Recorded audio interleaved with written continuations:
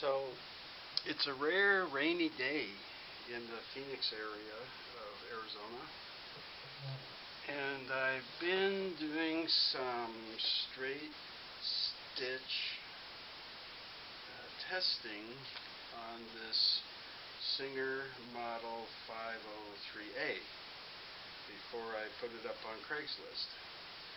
And I was just fooling around to see everything I could sew with it, so I thought I'd show some stuff. I'm not a seamstress, of course, or a tailor or anything else, but it's a real versatile machine, so if somebody's thinking about buying it or wondering what they have, even if they already have it, I'm going to show you here. I've got my presser foot pressure on the standard 4. My upper thread tension I have about 3.5, which is how I set up the machine for standard. My needle is in the center position here, and I have the straight stitch foot, and I have the straight stitch needle plate. That's the one with the little hole in the center. If you want to do some very fine straight stitching, it works a little bit better than the multi-purpose or zigzag foot, because the presser foot is so close to the needle and the small hole underneath. So this is just a standard tissue. This is a standard sharp size 11 Singer needle. Nothing special here. And because it's a lighter, smaller fabric, I'll do about 12 stitches per inch to start it out here. And with the control on the Singer, you can see you can do a nice slow stitch, or you can run it right out. So, that is kind of delicate, isn't it? So I wanted to show that you can do a delicate fabrics with this 503A. I don't have my videographer here today, so I'm just have the tripod, and I'm hoping I've got it set up right so you can see that. So let's go on and try something else. Here's a heavy postcard that I got that they were trying to sell me something, but you can see it would sew this. If you're into craft sewing, you could sew fabric to cardstock or do a design on cardstock. By the way, you see a lot of people will hold these threads when they start on these vintage machines, and that's a fine habit to get into. The main thing is if your take-up lever starts all the way up at the top, you don't really have to hold on to that, because your needle will be coming down, not up. It's when the needle goes up that it tends to pull the needle thread out. Anyway, let's do a little bit longer stitch here in 8. I'm going to leave everything else. It's a little slippery, but you know what? I think I will change that foot pressure to 5, a little bit more. Thread tension the same at 3.5. Let's go.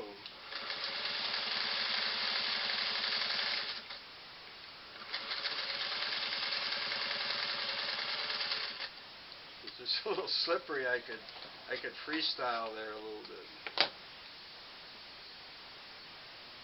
So you could see it would go right through cardstock. Okay. Like I said, I was fooling around. So this is a piece of cardboard,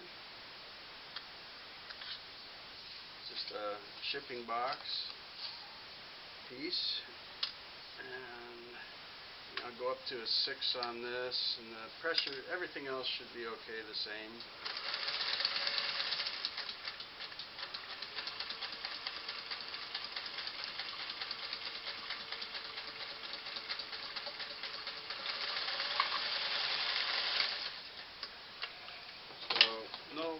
problem.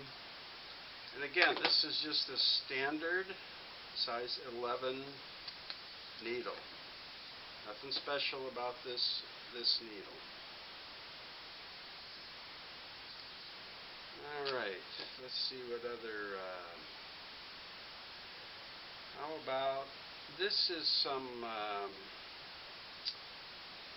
kind of medium weight or lightweight upholstery fabric that was left over from reupholstering just I don't know what you call it, occasional chair, I guess. So let's see if I put it together with the light side out, you might be able to see the stitching better. Let's go up a little finer. Let's go up to about a 15 here on this.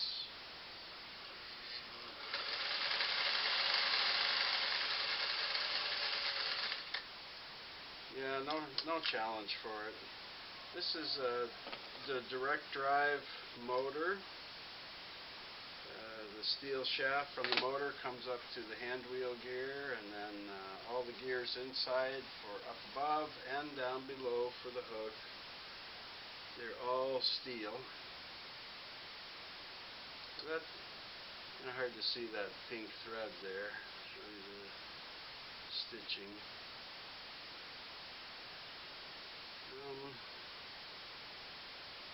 Let's say if you wanted to use that maybe for a quilt. This is fleece. I don't know, kind of light to medium weight fleece, I guess. But if you wanted to have that inside between some medium weight fabric here, you could do that. Needle up, get in here so along the edge for you. 10 stitches per inch here on this. I think I'm going to lighten that foot pressure back to 4. And my upper tension is still about 3.5. Hasn't had any problems, so I'm going to leave it there.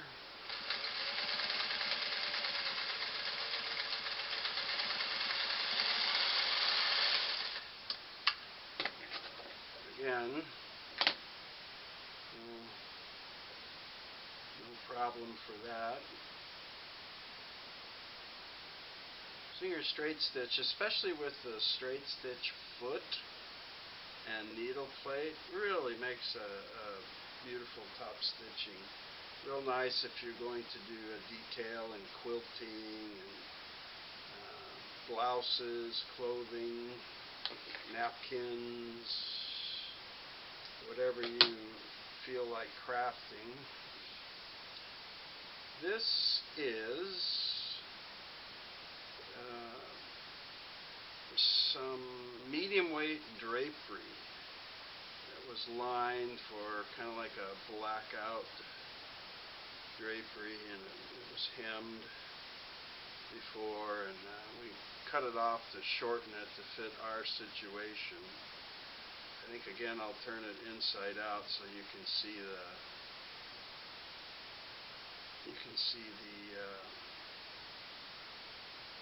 pattern more. I'm going to sew it along this side, which has a layer, a double layer, and down here a double layer, and 1, 2, 3, 4. So 1, 2, 3, 4, 5, 6, 7.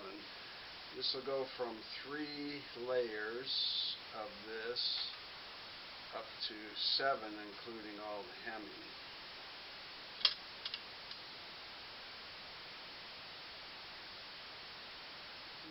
And about 8. Now let's go about 7. Between 7 and 8 stitches per inch. Still the same standard presser foot pressure, and I'm still at 3.5 on the upper tension. Let me pause a second to make sure I get that loose hem under the toe. Let's see what happens here. wrinkled it a little bit, but it went right through it. So we started with 3 layers on this end and went up to 2, 4, 6 layers up there. That's why these older vintage machines, heavy duty, are such a pleasure to work with if you do, especially craft sewing. You know, if you're doing anything like denim or duck cloth or canvas or ballistic nylon, canvas sails, garment leather, things like that. This is a flannel square. That's all this is, just a little flannel square. And you know, I'm not even going to sew that. That's not heavier than any of this. Let's see if we can get something else here. Here's a piece of denim that had to be shortened and rehemmed. This isn't the heaviest denim because it's a little bit stretchy, but these rolled hems here are heavier. So what if I folded that over and sewed all those hems? That would be a little bit more of a challenge, maybe. So a lot of people who buy these machines from me tell me that the new machines in this price range, they can hardly even hem a pair of jeans. That's what they say. So I don't know. But let's go to the longest stitch this machine will do is a 6. Since I got multiple layers of fabric here and I don't have a come-along foot or walking foot, I'm just going to move the presser foot pressure up 1 to 5. And I think I'll move the upper tension from 3.5 to 4. Let's turn this so that my take-up lever starts at the top, and here we go.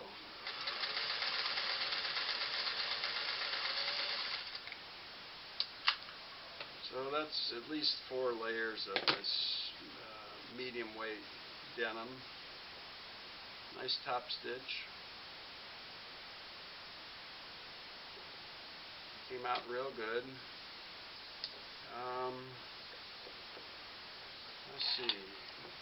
This was a nylon belt we used for something. I don't even remember now. But let's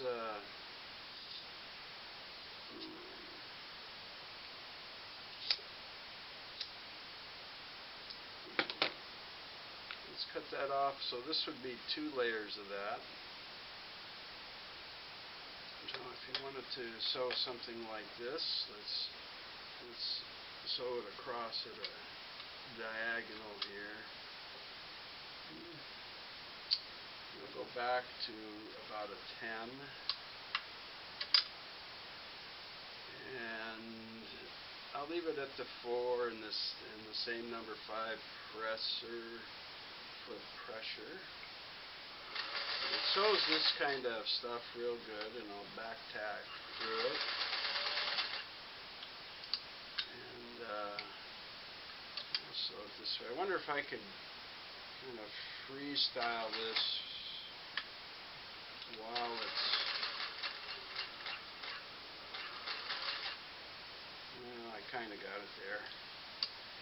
Again, you can see that I don't sew a lot.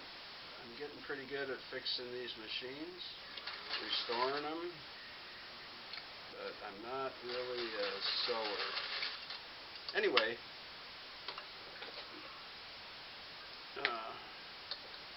right through it, no problem.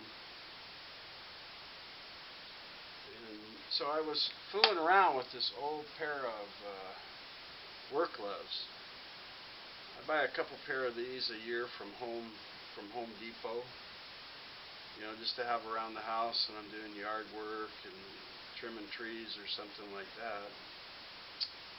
And So I sewed along the side of the thumb because it's leather, it's like leather on both sides, and it worked great. So then I folded the thumb over and sewed through 4 layers of this, what I would call garment leather, and I'll show you. It really didn't have any problem getting through all of this. Just took it in stride. If I can get it under there. This machine has a pretty high lift, about I think it's 5/16 of an inch. And what I'm finding is, for the most part, if you can get it under that presser foot, between the adjustment of the pressure on that foot and the upper tension and the speed control on the machine, you can sew almost anything. Let's get this going here, though. Let me get that over and drop the foot. Okay, I rethreaded the needle. What I did was just cut this thumb off. So it's got like a little lining inside of it for part of the way, but basically it's 4 layers of this softish work glove leather. So let me show you this again here. Get it under here. Get it good. There we go. Drop it down.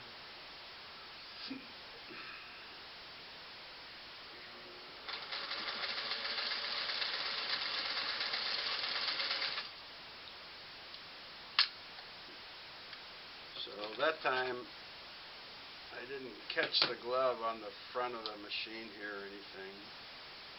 So that top stitch, if you can see it, I have that set on number 6. And here it would be the bottom blue bobbin thread. So it went through this fine. Here's a leather strap that I test the different machines on to see if it can sew through this, and it does. Let's drop it down here. I want to get my needle and the take up lever up. Let's run it along this edge over here. Again, I'll do a number 6, and I think the foot pressure and the thread tension are okay, so let's see.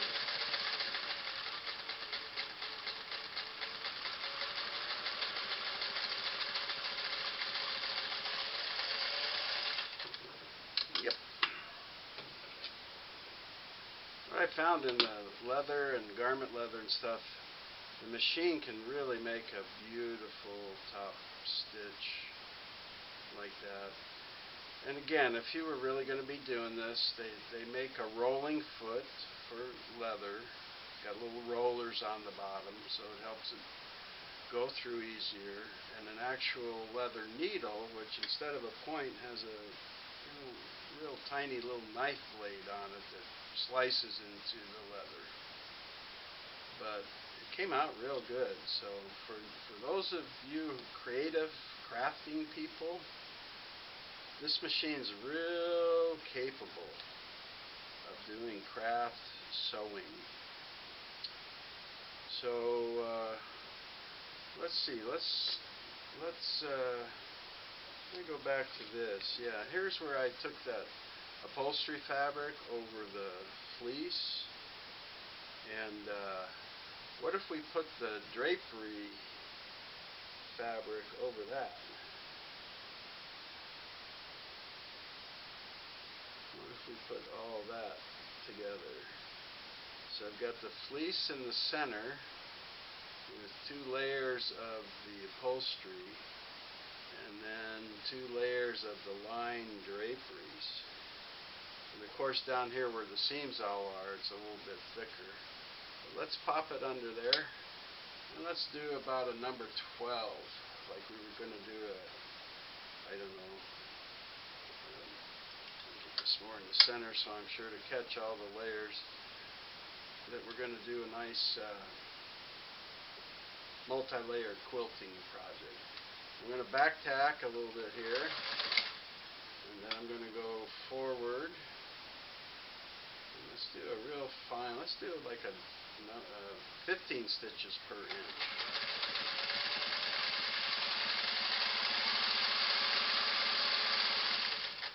Just want to be sure I get that loose hem tucked under there.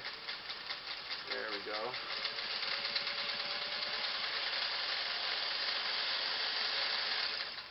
So you can see the power. Yeah, heavy metal